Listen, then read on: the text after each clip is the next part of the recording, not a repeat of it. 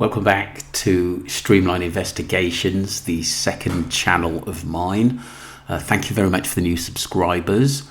Murder of Joana Cipriano. Someone told me to have a look at this case, and they also went on to say it, and obviously a possible link to the Maddie McCann case is wrong. Someone did say wrong comparison, but I think because this happened in Portugal, I think the link is the police officer that was dealing with the Maddie McCann case. Let's get straight into it anyway. But like I said, it seems very, very interesting. Joana Isabel Cipriano Guerrero was born the 31st of May 1996, was a Portuguese child who disappeared on the 12th of August 2004 from Figueira, a village near Portimão in Portugal's Algarve region, and investigations by the police in Portugal, criminal police, concluded that she had been murdered by her mother, Leonor Cipriano, and her uncle, João Cipriano, after witnessing them engage in incestuous sex. Joana's body was never found. There is no tangible evidence she is dead. Wow. Joana's mother and uncle confessed to the police in October 2004. Her uncle said he had cut the girl's body into pieces before disposing of it and throwing it into a nearby pigsty. Her mother, withdrew her confession the day after alleging that she had been beaten during 48 hours long interrogation. Police officers counted for the bruising on the mother's face and body by maintaining that she had thrown herself down some stairs in the police station in an effort to commit suicide. Both the mother and uncle were convicted of murder and sentenced to 60 years in jail. It was the first murder trial in Portuguese legal history to take place without the discovery of a body. Wow, interesting. 5 others were charged with variety of offences as a result of the allegation of assault. 3 were acquitted. One of the 2 officers who was convicted, Chief Inspector goncalvo amaral, led the investigations into the disappearance of Maddie McCann, a British girl who went missing in 2007 from the nearby resort of Praia da Luz. Amaral was not present during the alleged assault, but was accused of having covered up for other officers. He was convicted of having falsified police documents in the case and received an 8-month suspended sentence. Wow, I never knew that. I never knew that at all.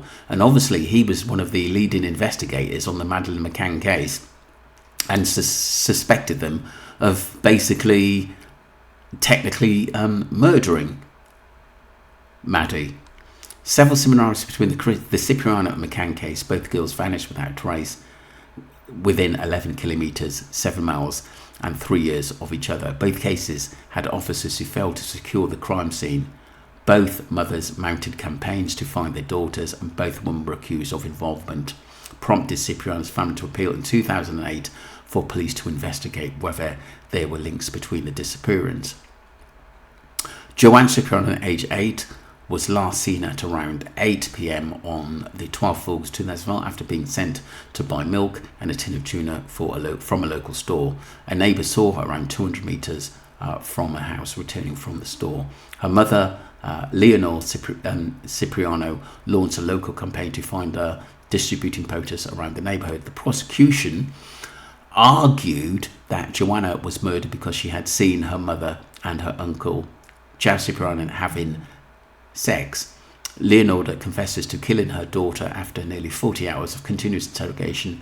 João confessed to having assaulted Joana and said he had cut her body into small pieces and placed them inside a refrigerator before disposing of them by throwing them into a nearby pigsty. When asked if he had sexually abused Joana, he said, I did not harm her, I only killed her. In 2019, Leonor was released from prison after serving 5/6 of her sentence. Wow. That's the mother. Controversy. Leonor retracted her confession the day after making it, claiming she had been beaten during the interrogation. There's something off about this. She suffered extensive bruising to her face and body, which the police said which caused her throwing herself down a stairwell in the police station in an effort to kill herself. 5 officers, including Goncalvo Amaral, head of the regional police department there at the time, was charged with a number of offences. The indictment alleged that several of them had kicked Leonor, hit her with a cardboard tube, put a plastic bag over her head, and made her kneel on glass ashtrays. Jesus. 3 officers, Leonor Marquez, Pelo Pereira, Cristovo, and Pelo Marquez, were acquitted of torture. Amaral was not present at the time 2 of the alleged beatings, but accused of having covered up for the other officers, which he denied. He was convicted of perjury in 2009 for having falsified documents in the case and received the 18-month suspended sentence. Another officer, Antonio Nunes Cardoso, was also found guilty of having falsified documents and receiving a 2.5 years suspended sentence. It makes me think as well why this Amaro was taken off the J. Slater case. It's quite, you know, it's quite deep. So this Goncalvo Amaral, it's quite deep stuff, to be honest with you, at the end of the day. And one of the reasons why I think in the Maddie McCann case, some say he made a balls up. I do think he had good lines of inquiry at the end of the day, but, you know, could he fully be trusted now? Because I never knew about his previous, to be honest with you, of perjury. The village of Figuera is only 11 kilometres from Para del Luis, where Maddie McCann disappeared on the 3rd of May 2007. In both cases, the mother launched campaigns to find the daughters, and both in cases, the local PJ investigated the possibility that the mothers had killed their daughters. Wow. A child protection specialist, Mark Williams-Thomas, who believes that Joana and Madeleine disappearance are related, said the disappearance of 2 children unknown to each other within 7 miles radius over a period of 3 years would be a huge coincidence, especially considering Portugal is a small country with few abductions. Very true. Before Joana's disappearance, the previous first-degree murder of a child in Algarve region was in November 1990, involved a British girl, 9-year-old Rachel Charles, who had been abducted and murdered in Albufeira. Her body was found 3 days later. A British mechanic and friend of the family, Michael Cook, was arrested and convicted. Leonardo da Silva, Leonor's common-law husband, said in 2011 that the only difference between the McCanns and us is that we don't have money.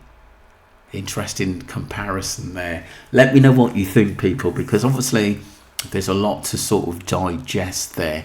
What I'm going to do is I'm going to look into a few videos to see what other sleuths were actually saying about it, but it is a very, very interesting case in the comparison to the Maddie McCann case. And obviously the police officer who took on the Madeleine McCann case about him at the end of the day, because he's certainly got a past, and it seems like someone you can't 100% trust. And I thought he was onto something, that Goncalvo Amaral, about the parents. Maybe he still is, but like I said, you know, it doesn't excuse what he did, though. Thank you very much. Do subscribe to this channel, Streamline Investigations, and thank you for your support.